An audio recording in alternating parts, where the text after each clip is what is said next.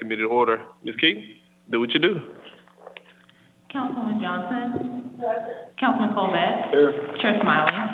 All right, I'm supposed to be explaining the rules of this impasse committee, so I'm going to go through them briefly. The first one, the city and the union shall each be allowed a maximum of 30 minutes for oral presentation. Doesn't mean you need to take all 30 minutes. Just means you have a maximum of 30 minutes. Each party shall designate one person as their spokesperson. This time limitation may be divided between initial presentation and rebuttal, as long as the total time does not exceed 30 minutes. Doesn't mean you need all 30 minutes. The city shall make its presentation first, followed by the union. The impasse committee members will be given 30 minutes to ask any questions or comments after both parties have made their presentation. Councilmember? The first one, the city and the union shall each be allowed a maximum of 30 minutes for oral presentation. The committee chair shall recognize any committee member desiring to speak, question either party. The committee may elect each party shall designate one person as their spokesperson. This time limitation may be divided between initial presentation and rebuttal, as long as the total time does not exceed 30 minutes. All sides, the Doesn't mean you committee need shall all 30 vote minutes. to determine its The recommendation. city shall make its The motion presentation shall first, include one vote followed by the on the union. total package of the best. The impasse last committee best members will be offer given of 30 each minutes party to as a ask whole. any The motion questions shall or comments include after all both articles in parties the same motion. have made their presentation. The committee Council must members? make its report and Doesn't mean we recommendation need to all provide the a 30 copy of the minutes. same to both It parties and means all we members of the could city council use 30 before minutes. expiration of the 30 days. The from committee submission chair to the shall committee. recognize any committee member desiring right. to speak, question either Ms. party. Hill, The committee may you have the elect floor. to equally allocate its 30 minutes Devin, among you the come on committee down. members and to allow them to utilize their allotted time in the alphabetical order.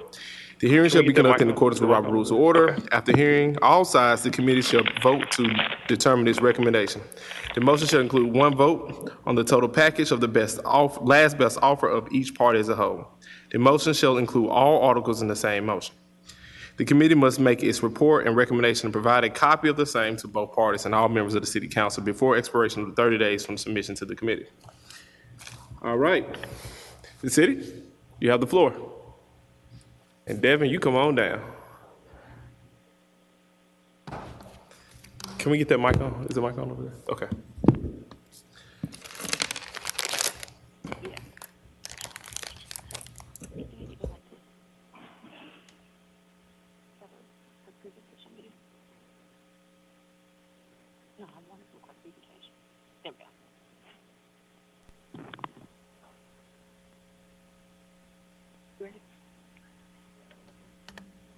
Ms. Simon, you have the floor.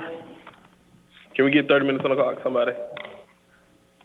Thank you. I'm assuming she won't take all 30 minutes, though. Good afternoon to the members of the City Council, Councilwoman Johnson, Councilman Colvett, and Chairman Smiley.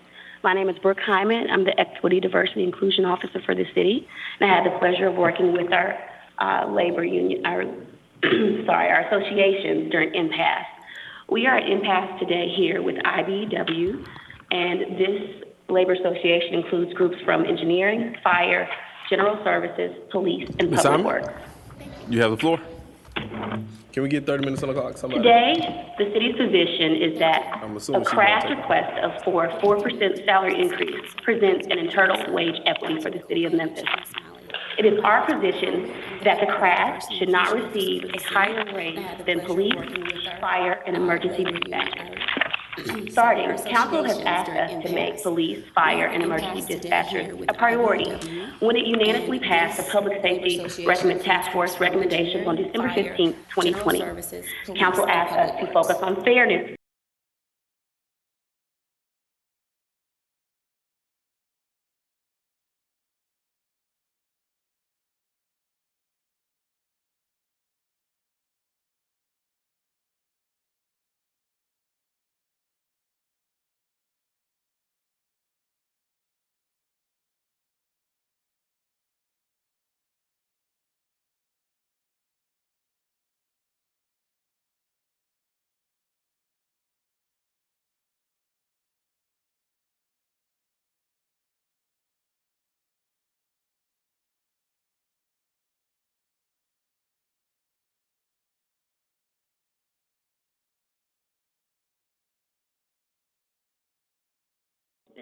and police received 5.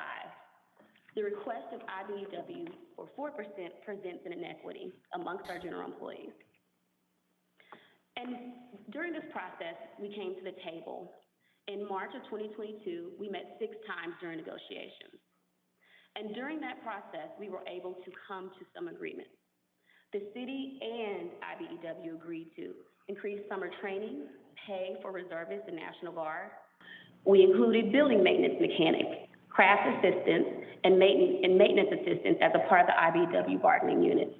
The city agreed to longevity pay increases, and we also agreed to increase the lead differential, increasing it to $1.50 per hour, and increasing for employees who worked on a fixed, non-rotating shift an additional 60 cents per hour, and an increase for employees who worked a fixed, non-rotating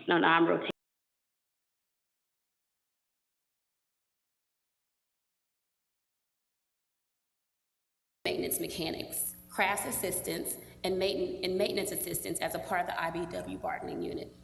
The city agreed to longevity pay increases, and we also agreed to increase the lead differential, increasing it to $1.50 per hour, and increasing for employees who worked on a fixed, non-rotating shift an additional 60 cents per hour, and an increase for employees who worked a fixed, non-rotating graveyard shift an additional 80 cents per hour.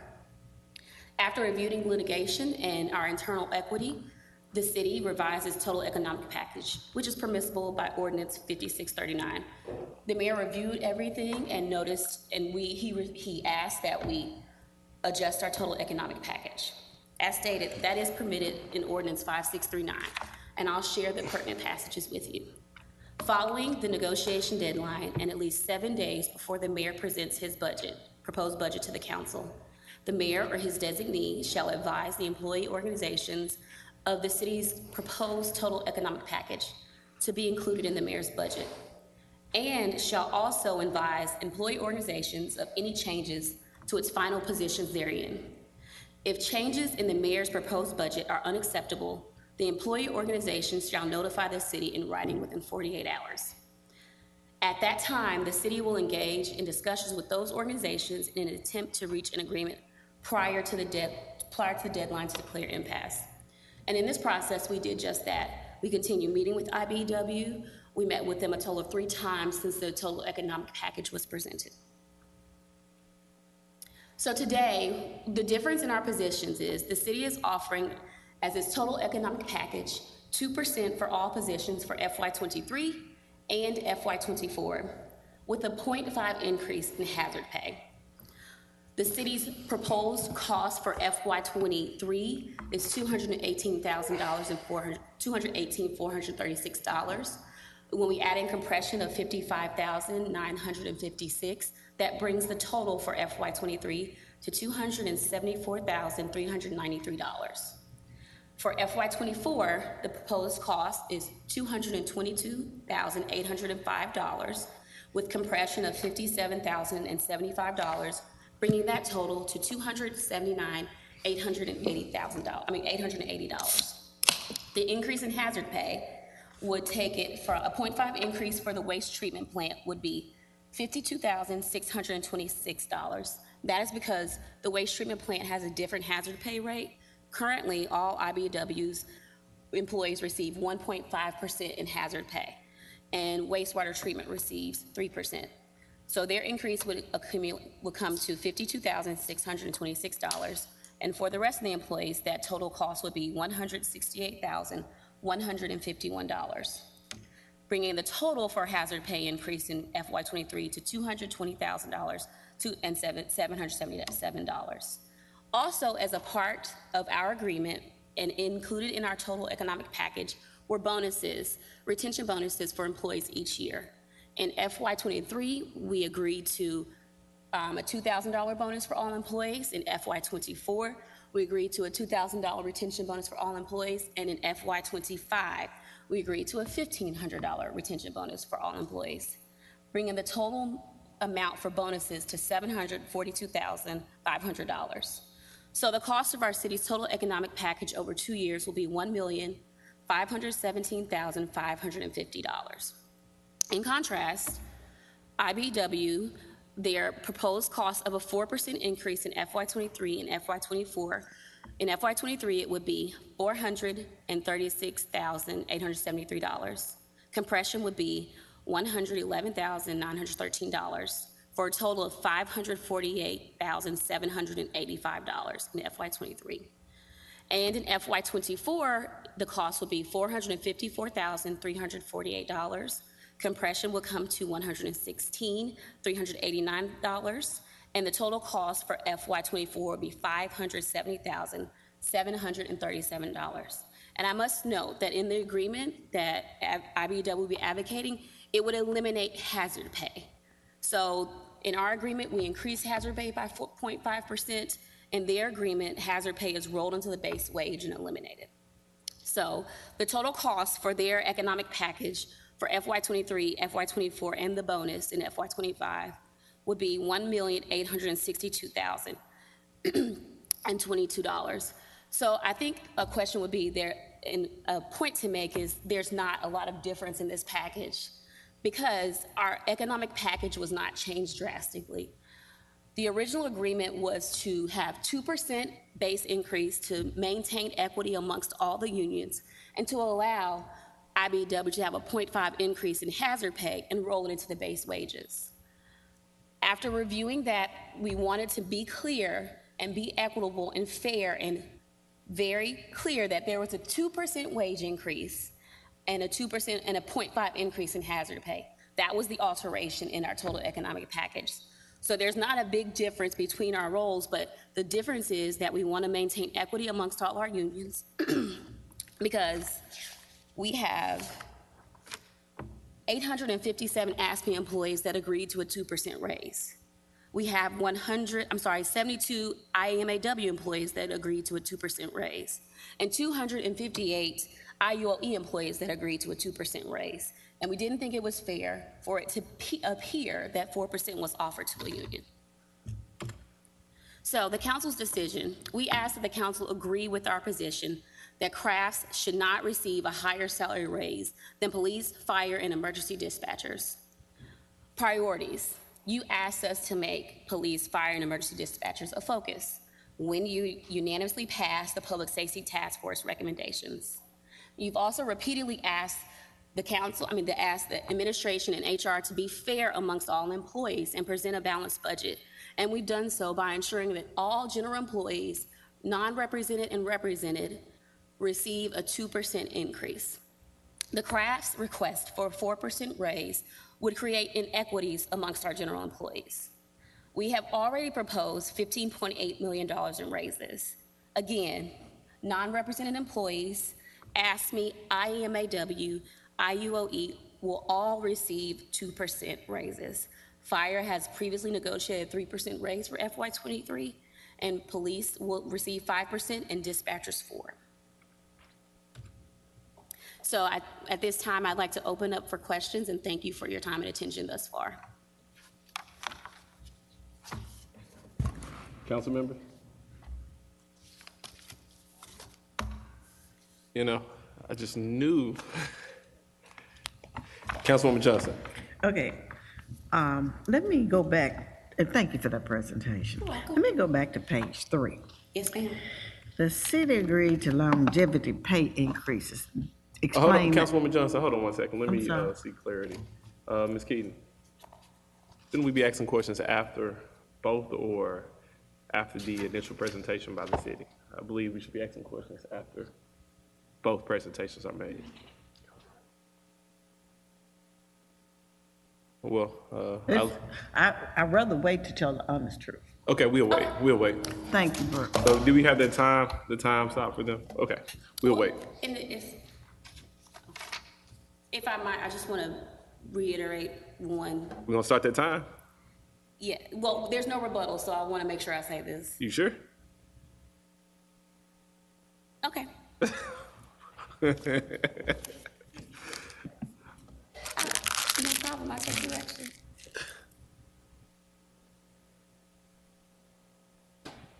All right, the union, crafts. Mr. DeWitt? Can we get his mic on? Or can I control it? Let's see, it sounds like it's on. I'm pretty loud, but 1 second, we're trying to get the timer and stuff ready.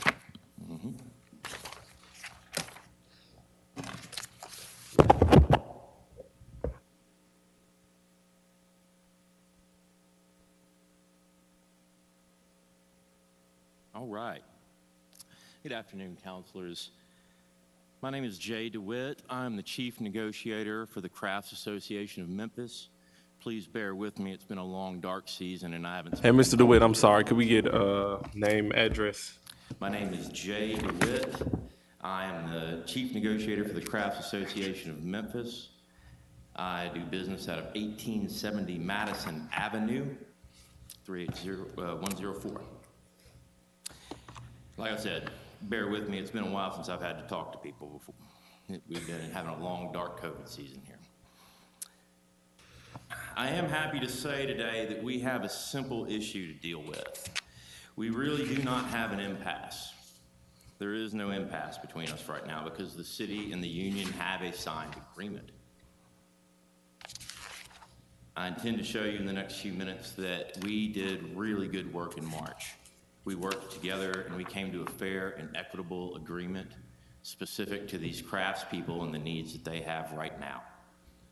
Everybody thought so at the time. Good faith bargaining and understanding of the employees on both sides of the table was unprecedented for all but just a few of the most long-term members of our negotiating committee.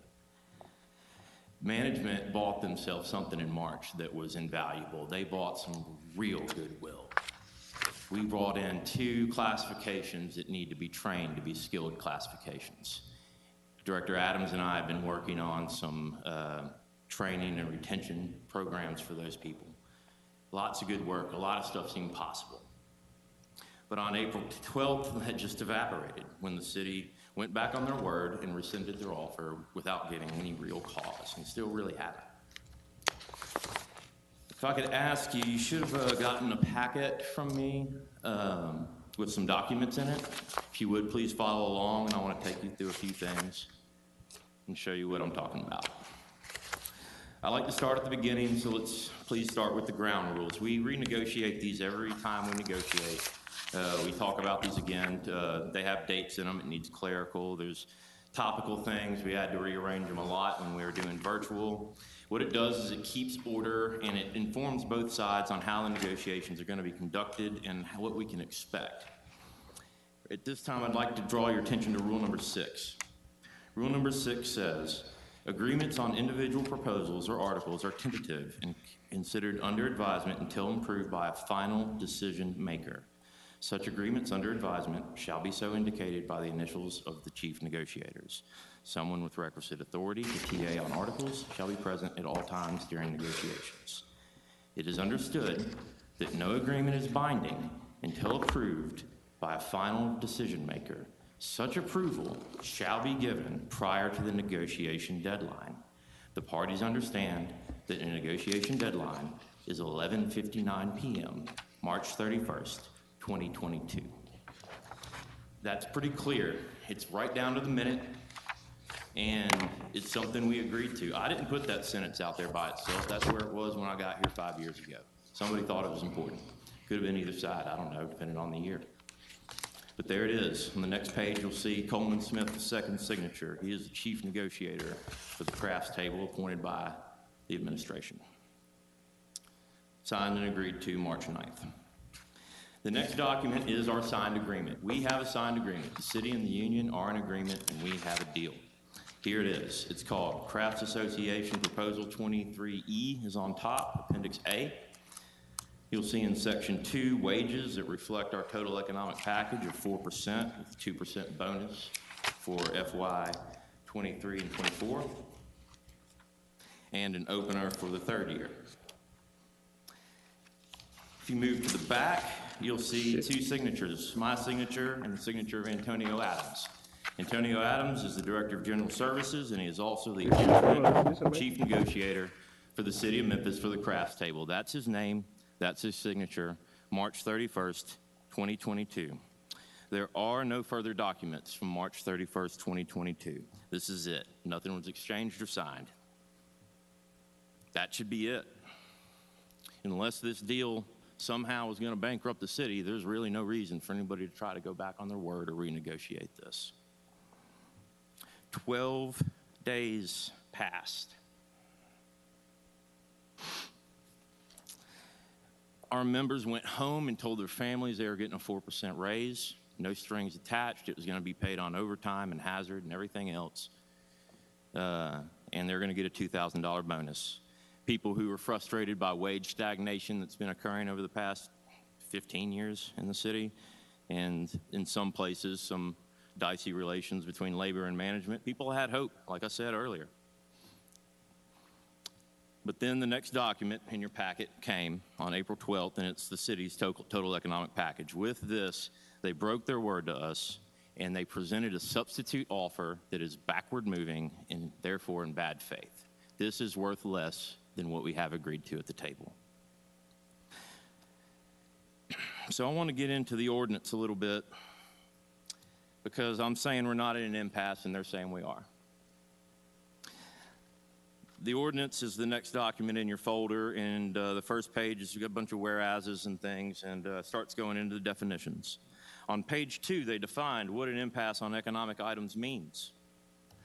It means that point in which an employee organization declares its last best offer, and the offer is either not captured or insufficiently captured in the total economic package proposed by the mayor to the city council. Which package, the package proposed by the mayor to the city council, represents the last best offer of the city. I believe we captured the offer. What's a total economic package? It's defined above. Total economic package is defined as the last best offer of the parties regarding aggregate economic items as defined therein. Your last best offer is synonymous with your total economic package. The definition above it has a deadline for that last best offer. The negotiation deadline is the date upon which discussions between the city administration and the employee organizations regarding economic and non-economic items must be completed, or when a party has declared its last best offer, which shall be no later than March 31st. It sounds a little bit like Rule 6 in our ground rules that we were talking about just a minute ago. Like most law documents, this goes on to say the same thing again. We've got a pre-impasse procedure down here. The procedure that we use before we're in impasse. A procedure is generally, it's not defined in this ordinance, but it's generally a series of actions taken in order. It's steps you take. The administration's argument relies on Part C of this procedure, but ignores and would have you skip Part B. The conditions of Part B of this procedure have to be satisfied before you can move on to C. That it was less than 3 days before the deadline, so that didn't apply in Part B.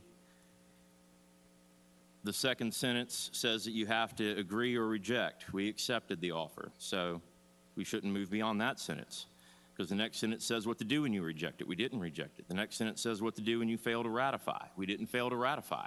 We have an agreement. We do not have an impasse, according to the ordinance. That was signed in 2017 by the mayor.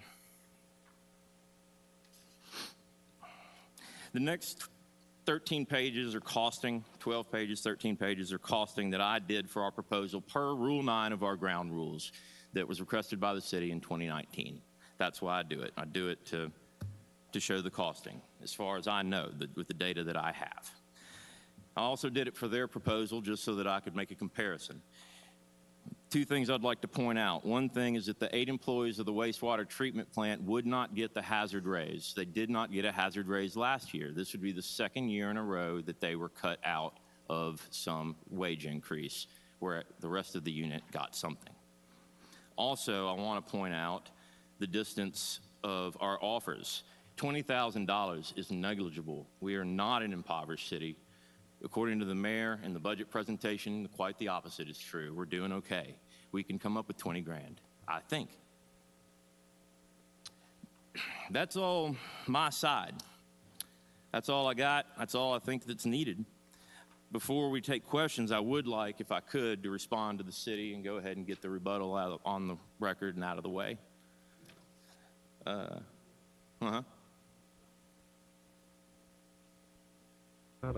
So we need to ask the council members to have any questions and then decide if there's any rebuttal.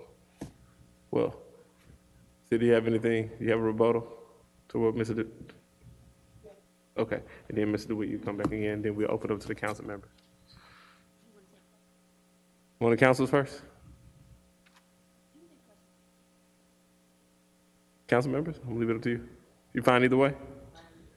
All right, I'm gonna field and see if there's some questions first and then allow time for rebuttal. Councilwoman Johnson, I know you was eager. Okay, the first question goes to labor, Mr. DeWitt. I'm a little lost. You said we had that second, those documents. I didn't get that last document that you had reference to, that you were, The impasse ordinance? I have the first one, but the impacts. I didn't get that, but I think I kept up with you. But the ultimate question is this. You said it's a difference of $20,000. I didn't understand where only 20 came from. The city's position, what they have offered of 2% in wage raise and 2% of hazard. You did what I did. See, I just went here. Okay, that's what I'm saying, okay. Their position and our position creates a gap. It's a $20,000 gap approximately, the grand total that it would cost in year 2. Year 1, it'd be about, it wouldn't be as far apart, but in year 2, they start to fall behind. And the reason being is because if they get 4% this year, that's 4% added to their salary. 4% next year is added to that total. 2% this year with 2% next year loses money. The 2% they have in hazard can't be used to build upon their salary over time. It's what we tried to do when we negotiated for the $2,000 bonus. I would much rather have that as a percent on top of a pay rate. It's a concession to the city to give us something in a lump sum that it won't build on in the future and that they can cleanly put through their budget, because I know that lump sums are easier than wages. Okay. Can you briefly just tell me what type of crafts or services you render to the city, your unions? Yes, ma'am. We are 7 unions in the Crafts Association. I'm with the IBEW and am chosen amongst an AFL-CIO building trades group to represent the other crafts with the city. So also, in addition to the Electric Workers Union, we're also the plumbers, the painters, the carpenters, the bricklayers, the concrete finishers, and the roofers union, 7 unions. And within the IBEW, we actually represent people that are usually represented by other unions. In addition to electric work, we also do the signal work, maintenance on all emergency radio systems. Every building, every municipal building, every police car, every fire truck has a radio. We maintain them. Signal maintenance, radio maintenance, HVAC. HVAC. Heating and air. Okay. The first-class steam and refrigeration operators, this building has a boiler system. They monitor that boiler and make sure that it behaves itself and doesn't blow up or do anything crazy or make you lose your heat. They do that. So I'm sure I'm leaving someone out. Do you have anything to do with mechanical? No, ma'am. The mechanics have their own. They're with the machinist union. Okay. Nothing with paving the streets or anything? No paving, no, ma'am. Okay. All right, then. Okay, those are my questions, and then the rest of the question, I think, goes to the city, if you would. Okay. Back to page 3. Get back to the longevity pay increases, if you can explain that. Yes, ma'am.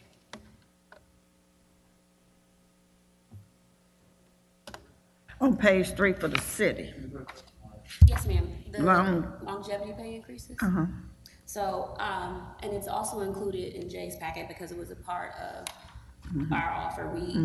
Longevity pay would be including a new longevity at 5 years of $150.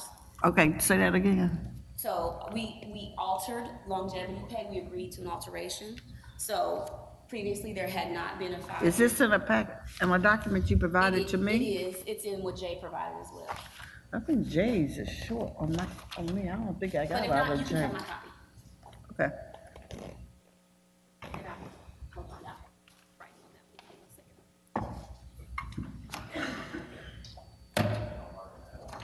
Here we go. Thank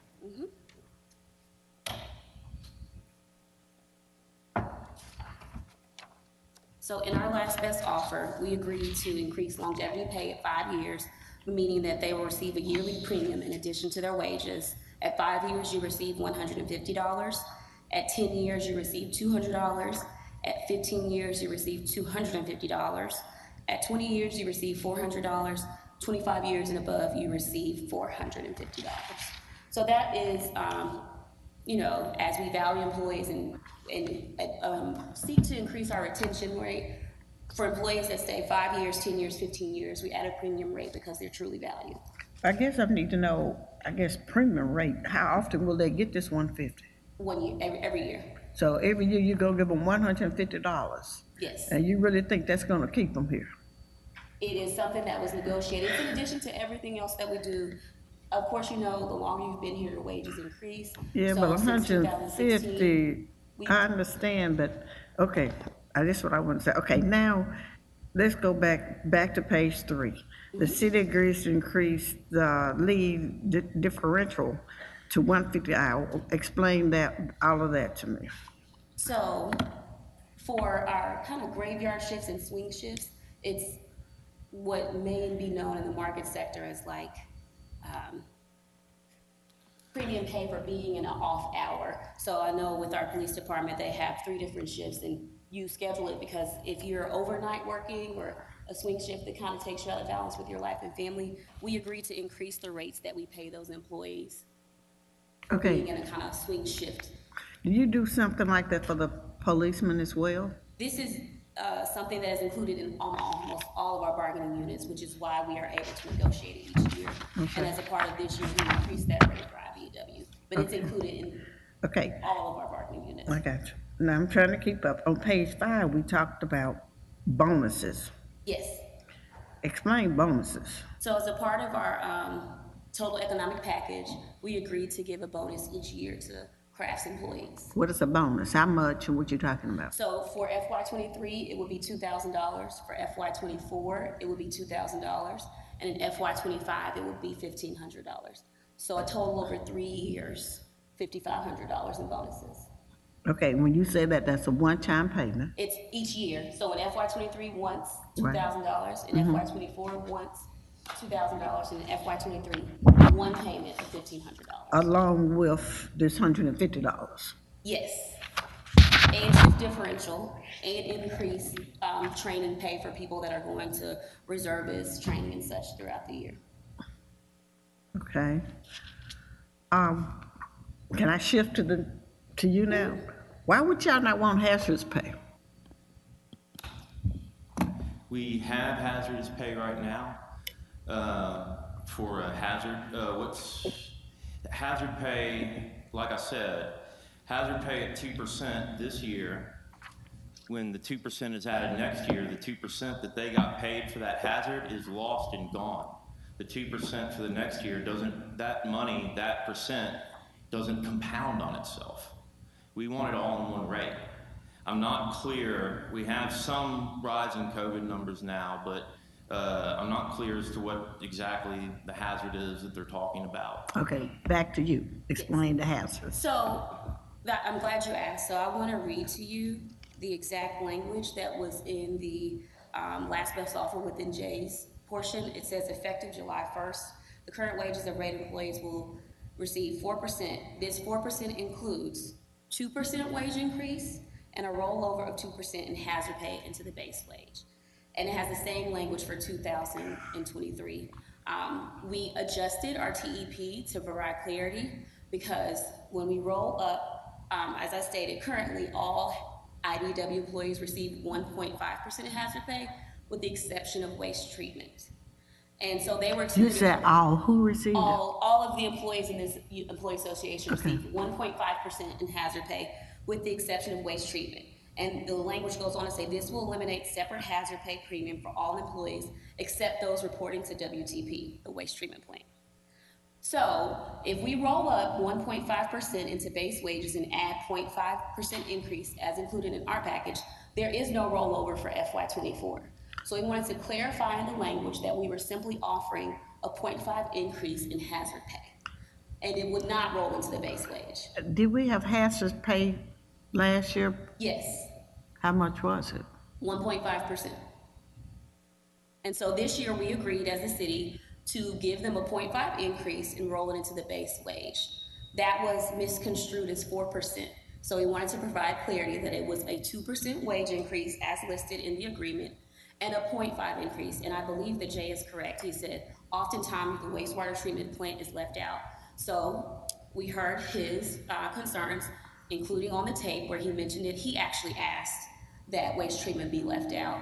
But in our revised total economic package, we gave it a 0.5 increase to all employees, including waste treatment plant. So in our total economic package, we listened to him and thought about the terms of equity and prioritization and put it across the board for all employees in IBEW and not to exclude the waste treatment plant.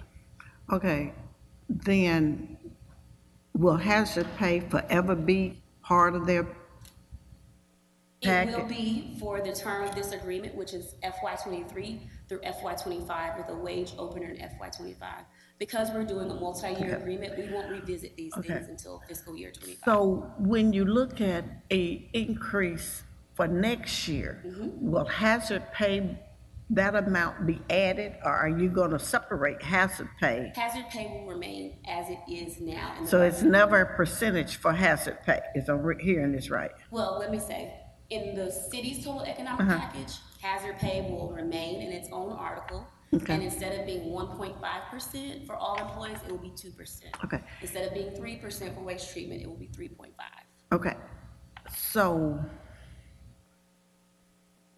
will they automatically get hazard pay, or does the circumstances has to present itself for hazard These pay? employees automatically get hazard pay as included in our MOU. It's an article within the MOU that all the employees receive currently 1.5% hazard pay. The city's total economic package includes an increase of 0.5% to their hazard pay for all employees. Okay. I guess my other question is to his concern, the agreement changed. And I'm assuming you were relating it to that one paragraph you came back over here and read that the mayor hasn't up until the last minute to make that change. I do want to remind everyone about the steps. First is negotiations, then the mayor's total economic package and the mayor's budget, and then council. There is no agreement until council decides, which is why we're here today. So the last best offer, as permitted by the ordinance, can be reviewed and amended in our total economic package, which is what we are presenting here today. So we have not reached an agreement because no agreement can be made until it's included in our financial package from the city council. That's your call. Yeah. Thank you both. I guess my question is relating to the agreement. So are you suggesting that, and I guess in provision 6, where it says agreements on individual proposals and articles are tentative and considered under advisement until approved by a final decision maker, are you suggesting that a final decision maker that this agreement is alluding to is this body? So, yes and no. The thing about our ground rules, it's similar to a city ordinance. It can't trump a state law. So no ground rule that we create in negotiations can trump the impasse ordinance. So we could put in there that negotiations are over on March 1st, and that's it, raises go into effect. But our ground rules cannot contradict our impasse ordinance. And in this case, they're a little confusing and contradictory because the mayor presents his total economic package after, when he includes it in his budget, and the council is the final arbiter of whether or not this agreement will go forth. So I understand the confusion, but it's similar to when you have a city ordinance that it can't trump state law. It's the same with our impasse ground rules. So well, I get that. When we talk about state law and local laws, the state is the overarching binding authority, correct? But what we can do on local levels, we can make laws more stringent than state law. Yes. As long as we're within the confines. So if that is the case. Well, I'm sorry, hold on. So, okay. They're the ceiling, you have to go below, so not more stringent. We can make it broader. Yeah. And more implied, Yes. okay. So if that is the case, so we have this law that says the ordinance that's on the books. And then we go into this and saying, hey, this is how we're gonna operate. It seems that they might not necessarily contradict unless we're trying to make them contradict. It seems like that they can work in tandem. It seems Yes. like that if they're working in tandem, it seems like that this, I guess what you call the ground rules, but the agreement between the City of Memphis and the Crafts Association, it seems like that we can use this provision 6 here and assuming that the final decision maker is not this body, that this agreement attends. I don't think this agreement even contemplates the city council. It seems like this agreement only contemplates the decision maker. My question really, but now that I'm talking about them, my brain has started racing. My beginning question was the final decision maker Antonio Adams, or Director Adams, or Mayor Strickland? Now, it seems that what you're suggesting that the final decision making is this body as opposed to Director Adams. If that's the case, Director Adams' name probably shouldn't be on it, should be a member of the Memphis City Council. So we don't ever seek to make the negotiations process so convoluted that we can't have open dialogue. And that's why we put the ground rules. Ground rules are put into place so everybody comes from the same space. But the ground rules cannot supersede or contradict the intent of the charter. I wish Councilor Wade was here because he would tell you this paper means nothing if it contradicts with the charter. And So this what's the is an point of this? ordinance that was passed, that this is an ordinance and a part of our codification. So it will trump any group decision made by the negotiators. And so when we have discussions about these ground rules and we have back and forth and we ask them, you know, are you sure you want this? Are you sure you want that? It's boilerplate language until, you know, there's a slight disagreement. So in the instance of a disagreement, we defer to the ordinance, which is 5639, that states within 7 days of the total economic, before the mayor's presentation, the mayor can share through himself or his designee the total economic package that will be included. Because the mayor is not bound by the negotiations, it can change in his budget according to any financial changes or risks. And that is what we included today. So what you're suggesting that the mayor is not bound by an agreement that his agent signed? So, not bound by the agreement? Yeah, because I understand that the mayor can't unilaterally make a decision for the budget, but what I'm saying is, it seems to be that if I sign an agreement, that I would be obligated to fulfill my end of the bargain, but to the extent that I can. So this is just my general thoughts. I'm the mayor, I signed this agreement, or I have an agent sign this agreement. It seems like if I put forth a total economic package or a budget before the council to consider, it seems like that this is the budget that I will put forth. Whether the council chooses to accept this, that's one thing. But it seems like it'd be my affirmative duty or obligation to live up to my end of the bargain. So what you're suggesting is there's no point of these at all. So what I'm stressing to you is that the mayor's stamp of approval is his total economic package. Okay. And so with any agency or department within the city, anytime they start an agreement, it gets routed, it goes through them, and at any point in time, if the mayor doesn't attach his signature, it's not valid. So the mayor the final- has sole contracting authority, so you know, the contract isn't in this final stage until the mayor approves, and he does so by presenting his total economic package. Okay, we spend a lot of time speaking about the mayor. So the final decision maker as relates to this agreement, because this agreement does not contemplate the council at all. So the final decision maker seems to be the mayor, and if that is the case, it seems like almost all the agreements are pseudo agreements, so to speak, because if Director Adams is not a final decision maker, if Chief Ford is not a final decision maker, Chief Smith's not a final decision maker, that means why have them sign it at all? Seems like we should only have the mayor sign it. Yes, so I'll say they're preliminary. If you can recall, I think you all were on this body, or at least Councilman Colvett was on this body when during Impasse, MPA was awarded a 5% raise, and when we ratified the budget, it was decreased to 4% by the city council. And so the agreement that had been signed and discussed was not final until the final arbiter came to the table and made a decision. So similar, Here we are today, and it goes both ways. The council can change its position as well as the mayor can alter that. So the mayor can, in his stamp of approval to the total economic package, council can do with it what it pleases. And all MOUs were changed to ratify what the council decided. So I get that. And I'm gonna make one more point, then I'm gonna go to Councilwoman Johnson and then go back. This council and this impasse committee is not bound or even contemplated within with this agreement here.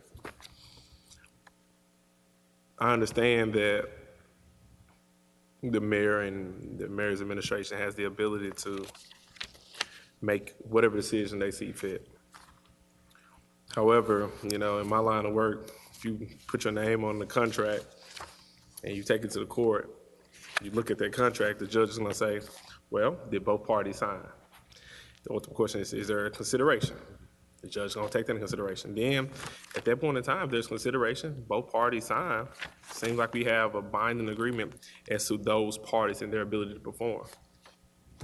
Since this agreement does not contemplate the council, it seems like it'll be the mayor's, to me, it seems like it'll be the mayor's duty to uphold his end of the bargain.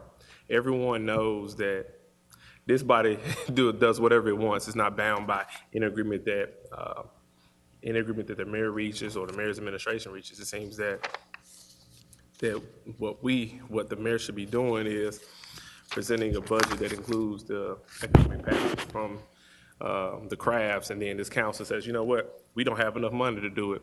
We need to decrease this, and we've decreased it before, as you suggested, and I've seen one where we increased it. So, you know, it's just my thoughts on it. I'm gonna go to Councilwoman Johnson, and then I would love to hear a rebuttal and somebody tell me why I'm wrong. I know you will, Brooke, because you do that all the time. I have a question. How much is it going to financially cost the city to grant that group what they're asking for? Everything remaining the same, and I think the only difference is the percentage. Is it 2% difference that they're asking for? No. So I would caution you against oversimplification, which is why we were compelled to clarify the language.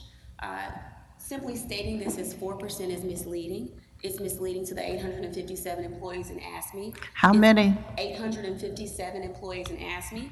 It's misleading to the 72 employees in IMAW. How many? 72. Okay. And it's misleading to the 258 employees in IUOE. IBEW contains 135 employees. So we would be saying to those employees who agreed, who understood the language of a 2% raise, that did not oversimplify a 2% raise to 4%. I want to be clear. We offered a 2% raise. We also offered them a 0.5 increase in hazard pay. We also offered to roll that into the base wage. So there was not a 4% increase. The reason that these numbers are so close together is because we accurately depicted rolling up hazard pay into the base wage. If we were just doing a straight 4% across, the number would be very different.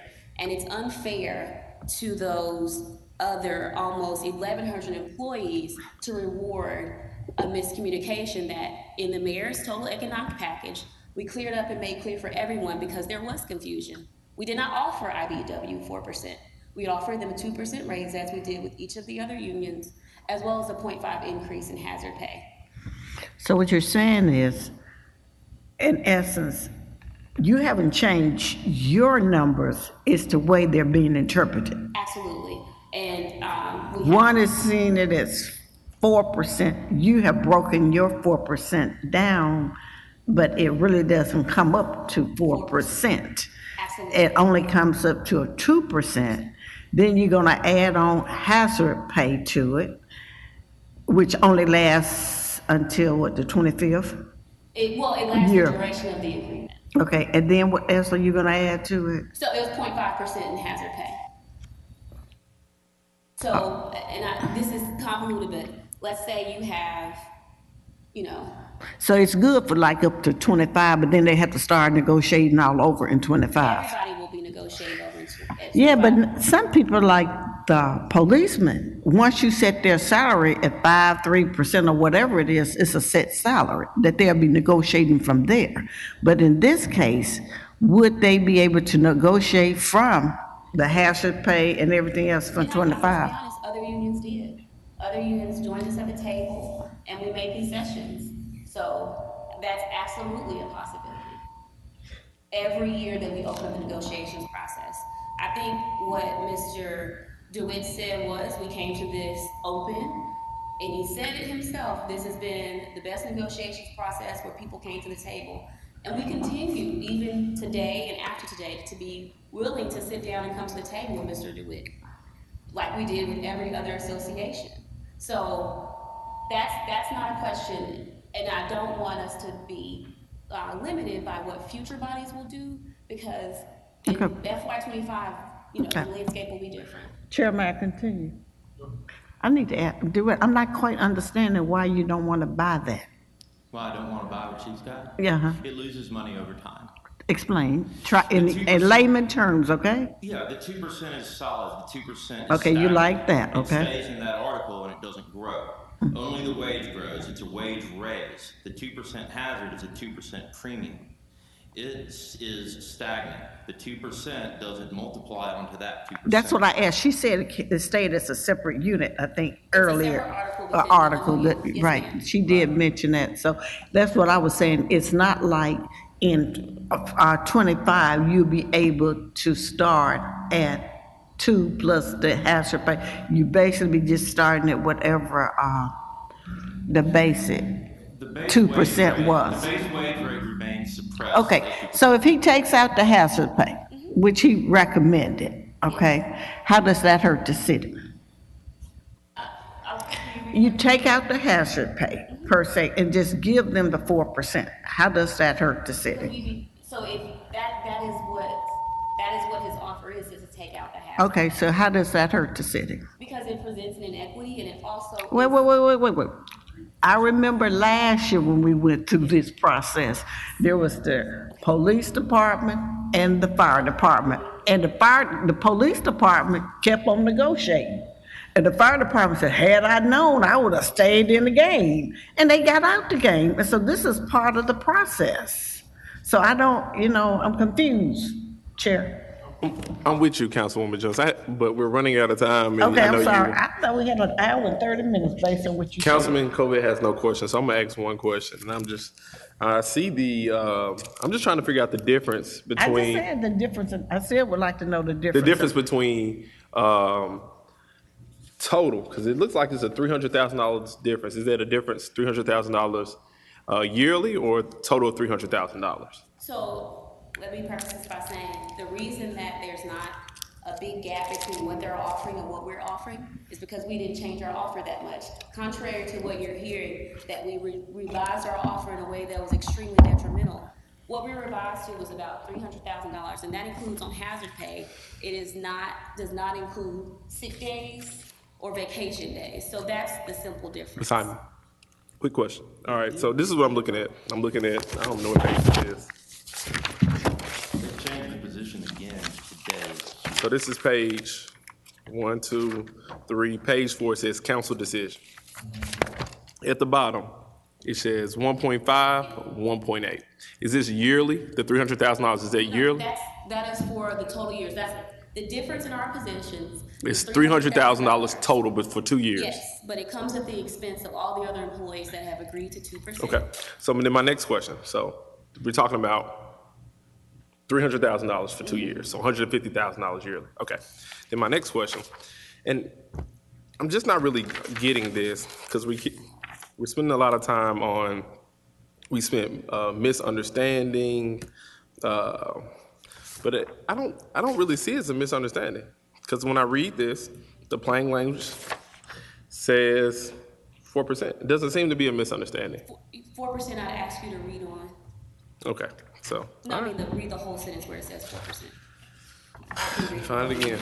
And then toss my papers everywhere at this point. It says, agreement increases by 4%. This 4% includes a 2% wage increase and a rollover of 2% hazard pay. I move that we extend the council portion by 5 minutes. Without objection. Without objection, all right. Go ahead. Can we have somebody read that, the 4% provision? Hello. 'Cause I have copies if you want to pass this copy. I have copies somewhere in my, You got it? It's literally in there. It says, actually, I can put it on the screen for you. Give me 1 second. that's not it.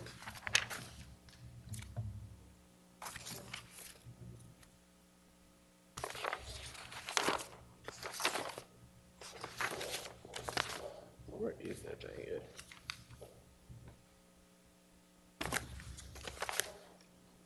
Can we pull it up? Is there a way we can put it on the screen or no?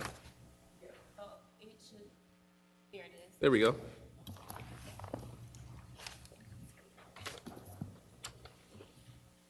I'm sorry, the mouse is stuck.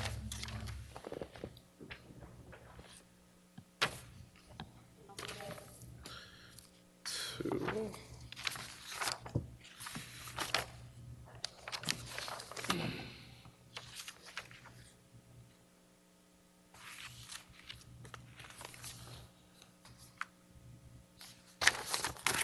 There we go. Is it easier to read without a lot?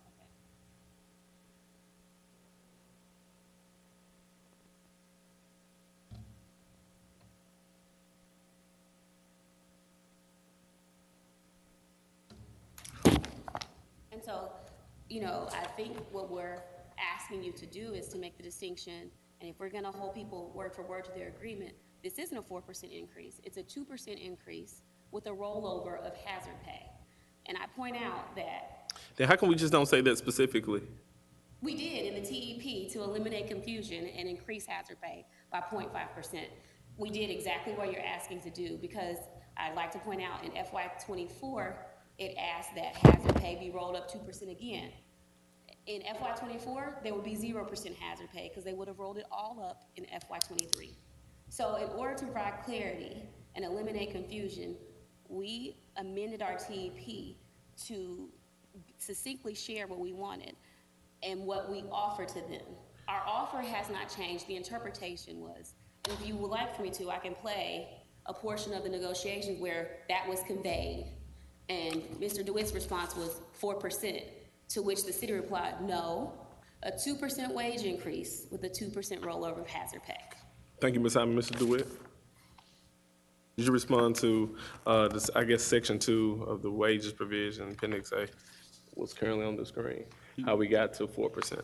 Do you want me to respond to this specific slide? Yeah, just specific side. Explain to me what we're looking at. I mean, we're looking at a 4% increase. I don't know where she's saying the unclarity is. It says this will eliminate a separate hazard pay premium for all employees.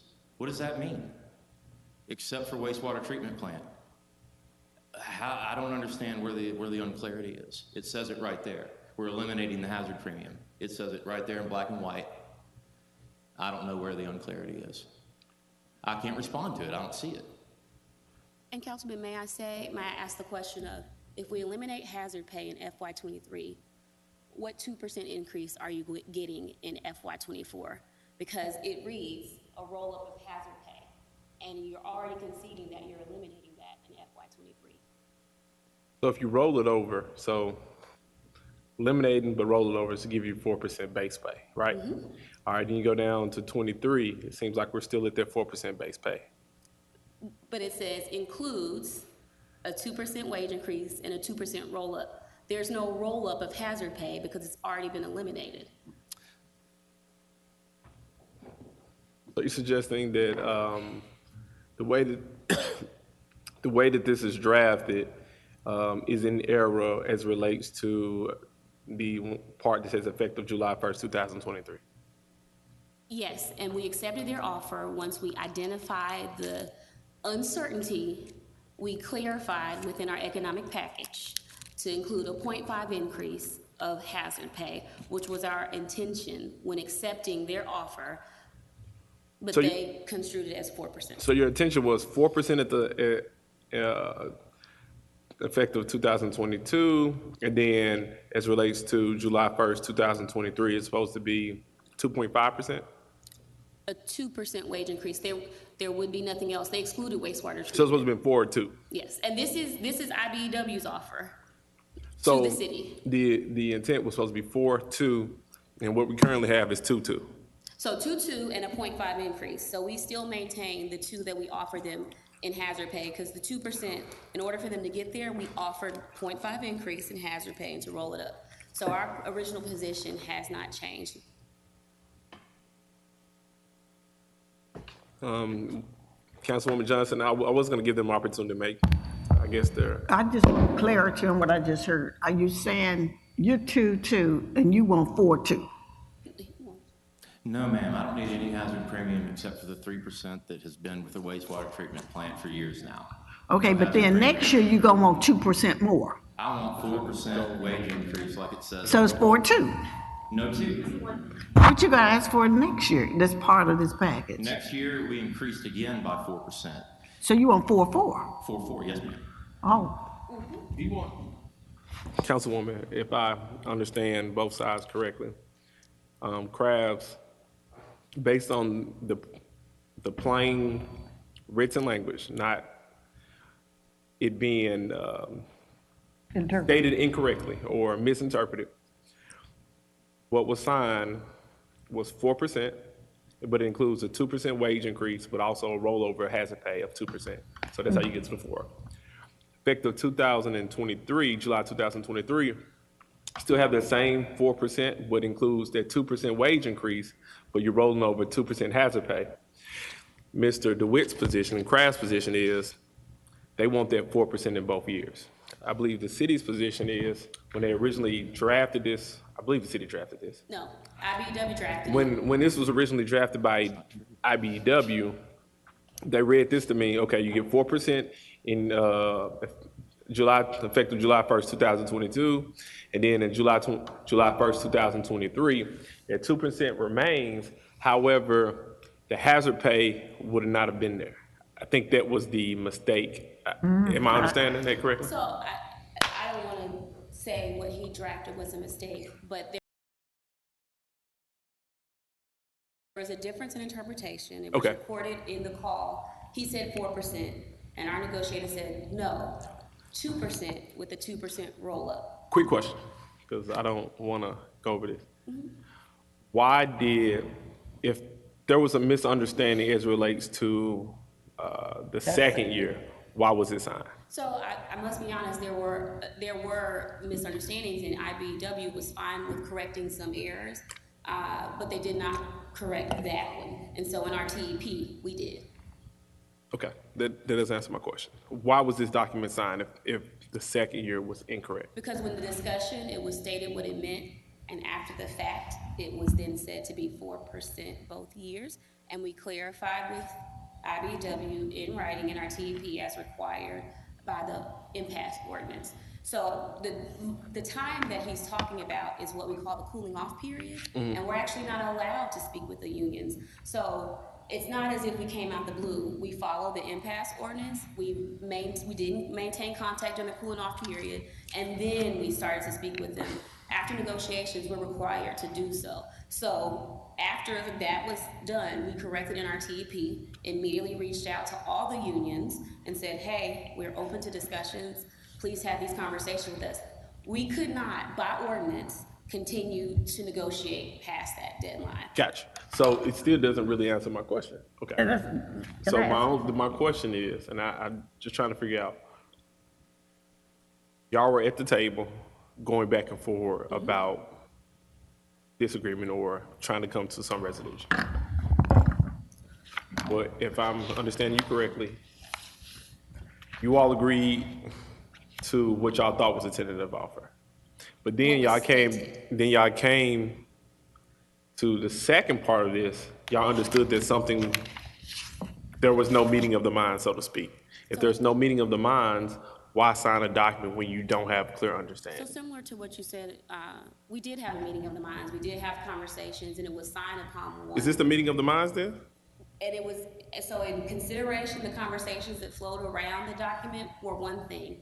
After the fact, it was stated to be another. So let's say you sign a contract for $1,500 and, X amount of gratuity, and you come back and they go, oh, this X means this. So we did have a meeting of the minds, and when it was clear that we were no longer meeting, we wanted to give specific language that spoke directly to it, and we drafted it within our TEP.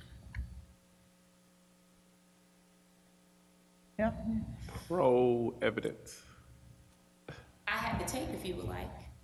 Might want to listen to it, but I want to be. I got- Go ahead, I Councilwoman. need clarification again. This document that we're looking at there is in support of what you said. It depends. They will on how you argue read it. differently. They're going to Yes. argue differently about this document. So So if we pass this, so they're gonna be in court. I would Alice have not to here. agree with you. Alice not here. You know, So what we do know to be true. Okay, and I'm going to say this. I'm going to say this is what we know to be so true. we can't agree. We do know we have a document signed by both parties. The interpretation of the document, both parties would disagree on. And if I may, when we say both parties, we're leaving out the sole contracting authority of the city, which is the mayor. So, but the mayor's agent signed off on it. But in the mayor's contracts, the mayor's agent signs off, but also the mayor. And the mayor, in this instance, ratifies the agreement by So including it in the his budget. final contracting authority on the documents that the mayor doesn't sign is the mayor? MOU, it's finally signed by the mayor. This is preliminary is not the way to do it, but it is preliminary until it's finalized and ratified by all parties involved. And part of that process is the mayor issuing his TEP. And that is his weighing in on the document. And in this instance, he weighed in and we amended it.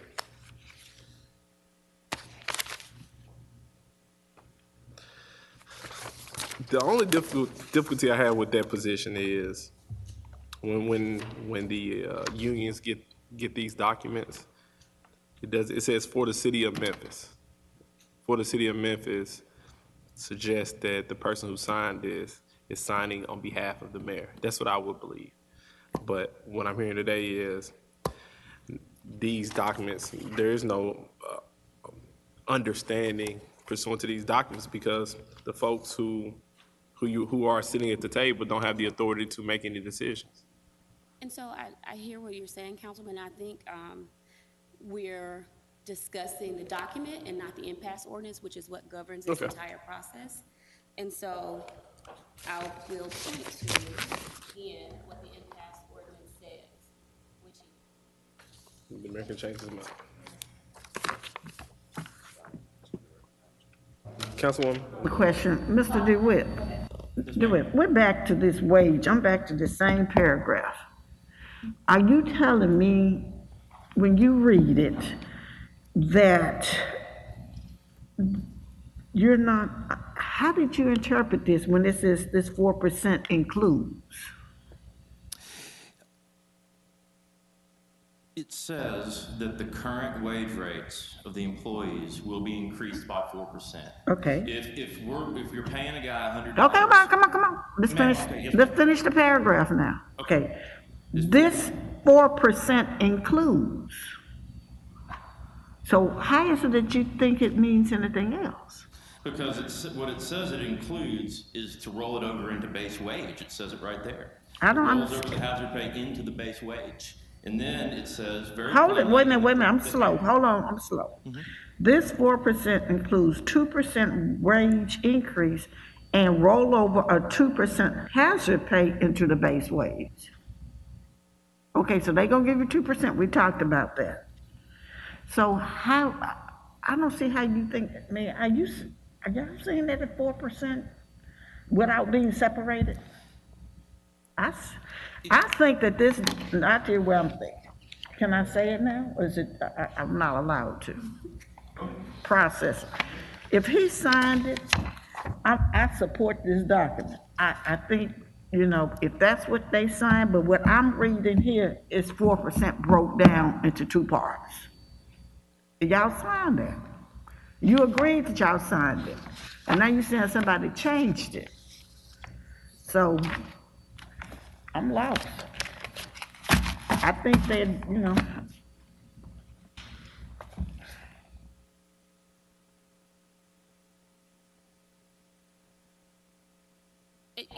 Yes, Your Honor. Yes, Chairman. in relation to, if we are bound by the four corners of that document, then there would be no need for impasse procedure. There'd be no need for any further. So the impasse ordinance in itself contemplates changes to these documents. And so I would urge the council to still side with the city because we are within the document. And I'd like to stress that when this impasse ordinance was written, it was written with council's input and every single labor organization. Every single labor organization went to meeting after meeting to put these things into place along with the city of Memphis. So this impasse ordinance, I think it's disingenuous to say that we stop at the agreement because all 7 labor associations met along with city personnel and it came before the council to present and include these guidelines. So to revert back to saying these are just the documents, you're throwing away the agreement and the four corners of the document of the impasse ordinance. And again, the impasse ordinance trumps anything else that comes along until the council, as arbiter of this, makes a decision. I think it is disingenuous and unfair to say we can only rely on those documents because we have to rely on the procedures and policies laid out and advocated for by every single labor association and the council. But are you not saying that you support that document if it's interpreted 4 divided by part 1 and 2? I think that's a consideration that this body must take into account, that there are different interpretations of how this will be seen as evidenced by what has happened here. And if we're signing off on a document that, if this body sides with a document that has that kind of ambiguity, how does that, further the cause for either side? And so in drafting our TEP, we sought to eliminate that ambiguity. Okay, Chair. The question is this then. Today, they're gonna ask us to either vote to give crafts 4% this year, 4% next year, or we're gonna support the city at a 4 divided At 2 and 2.5. And a 0.5 increase across the board, which is slightly different and more advantageous for the waste treatment plant because they were not contemplated at the request of IBEW in that agreement. And in our agreement, seeking to be fair and equitable as defined by this council, we put that increase across the board and eliminated any confusion about what would roll over in the following year. Left hazard pay as it was. So where is that presented here? That's in the total economic package. That you presented? Yes, ma'am. But DeWitt, did you present anything different? You didn't present, you still holding on to that first document? Is that where your presentation is? The document we agreed to, yes, ma'am. This is the total economic package. Okay, I don't know how to do this because what you agreed to represents what they said. No, ma'am, I'm sorry, that's how I see it. You the way I see it, you agreed to that. So, that's my interpretation of it. I'm gonna say this, the city made their final statement. Mr. DeWitt, when you make your final statement, I would suggest that you attempt to address Councilwoman Johnson's concerns and mine as well. And I know you have some time, so. Yes. Go ahead. Please, yes, the subject that we're just talking about, I'd like to go back to the text of it one more time, okay? And let's look at this for a second, okay? It says it's gonna roll it over to the base wage rate. It says that their wage rate, if they make $100 right now, that their wage rate is gonna be increased by 4% to $104. Okay. And next year, their wage rate will increase another 4%. That's 4% of the $104. If we do it the city's way, they make $102 in '22, and they make just 2% more than $102. Over time, this compounds and represents a loss to these people. Now, as far as what it said about splitting it up, any lack of clarity it had, I believe, is cleared up by the parentheses in the very next sentence that says that it's going to eliminate a separate hazard pay premium for all employees except those reporting to the wastewater treatment plant. If there is no hazard premium article, there can be no hazard premium paid. That's just, it can't work that way. Now, I'd like to bring a few points up. I'm going to wait just a second. Thank you.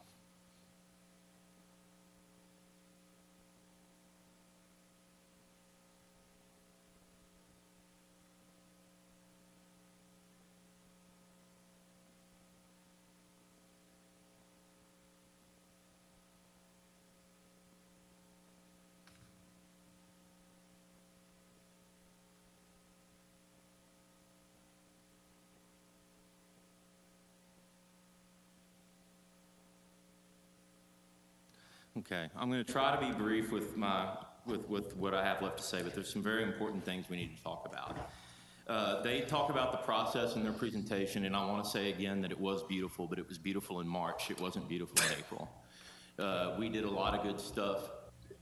I don't see Director Adams. He ran mostly the point. We know what these guys need. Now, in the process, they talk about the things we agreed to. I want to address these things because they do need context. The increased summer training for reservists and National Guards is a federal law. We brought it to their attention. We did not negotiate that. The additional crafts assistants and maintenance mechanics classifications added were voted on and inducted into our unit last fall. They're getting their check off out of their check. They're covered by our agreement all winter, and all it was putting their names on the list. The city has not agreed to longevity pay increases, nor have they agreed to lead differential because it is not in their total economic package. Look at their total economic package, it's not there. If you vote to accept their total economic package, it will not be an increase in longevity or an increase in lead differential for the 4 employees that the lead differential would affect. Also, this shift differential, 60-80 cents, this is just an error in their entire presentation. We did this last year. This has nothing to do with this year. And the reason these things happen is because there's only one person in this room right now that was at that table, and that's Mr. Coleman, Mr. Smith. But that's not even part of this year's negotiation. Now, I'm going to skip some of the things I was going to say. I don't have any kind of data on their compression costs. I don't represent those people. They won't give me that data. I couldn't negotiate for them if I wanted to. I don't know that those numbers are correct. I really don't think they are. I want to ease your mind about something. They're talking a lot about how the other employees are going to like this, how the other unions are going to react. I've spoken to Gail Tyree. I've spoken to Andre Gibson. I've spoke to Cameron Stevenson, and I've talked to Thomas Malone today. Thomas Malone said, I'm not going to say exactly what Thomas Malone said. Thomas Malone assured me that be it 4% or be it 40%, he has no objection to any deal we have signed at the table. What he does object to is having his firemen pulled into this fight. You're not going to pick us apart. We stand together. We're never going to be apart again. So you can rest your mind about that. That's not a big deal. They're okay. They're going to be okay. What we know, we all know what's going on here. We know that backward motion in a labor negotiation is bad faith and that it's not ethical. We know just as surely that you're the only resource that a municipal union has. If you side with them, I've got nowhere else to run. This is my due process. I'm asking you to do the right thing. They want to be best at the basics. They can start by being honest with their employees. Their employees feel that this is dishonest. I'm telling you that right now. These people are in high demand. We need craftspeople bad. The agreement that we have signed barely brings these guys up to par with their construction counterparts. My initial offer was a 15% wage increase. I didn't think I'd get it. You don't think you're going to get your initial offer, but I don't pull it out of the blue either. 15% is how much KTG, Kimberly-Clark, is paying for maintenance electricians and HVAC people right now. It's how much FedEx is paying for their people, and that's where our people are going. If we don't take care of these people, if you want light, heating and air, traffic signals, emergency radio communication, lines on your streets, working toilets, all that stuff, you're going to have to take care of these people. We have a fair and equitable agreement. They signed it. I think everybody here knows that we have an agreement and what it is. please don't let them take it away with these guys without cause. That's all I got.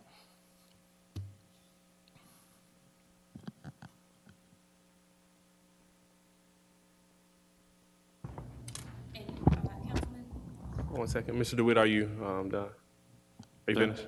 Thank you. I'd just like to point out, currently, we only have 12 vacancies in the entire IBEW team. And I, will say that I do agree with something that Mr. DeWitt just said. He said if there's no hazard pay, if there's no hazard article, then there's no hazard pay. And FY23 contemplates just that, the elimination of hazard pay and the hazard pay article. So in FY24, there's no way to roll up something that no longer exists. So I do agree with him in that regard. Okay. All right, thank you for the presentation, Ms. Hyman. Thank you, Mr. DeWitt. Any closing remarks from council members, and then we're gonna ask for a vote. I'm gonna make a statement. I have a closing remark. Go ahead. I really think, I feel, you made a statement that the employees feel like they were taken advantage. I'm not sure the term you used in reference. But I have to say, you need to work with them and say that in caution, because there is an interpretation issue in that particular paragraph. And that's something both parties, I guess, should have worked on better. So I don't think the administration was in any way trying to deceive or take advantage of any situation. And whoever was your attorney or whoever was working with you, everybody should have probably looked at that and made sure it was absolutely clear. So I really think it's rough to say, put that on administration. I think we need to be careful sometimes. Thank you. Right, Councilman Covet.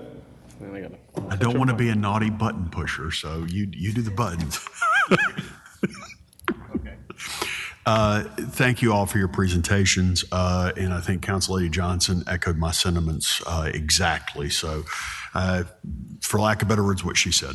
Thank you. Okay, I'm gonna make a quick statement. So I listened to both arguments. First of all, y'all both did an amazing job. I just don't necessarily believe that this is, I don't think it's an interpretation issue. I think it's drafted pretty clearly. Whether or not that was the intent of the parties, that's one thing, but it's drafted pretty clearly.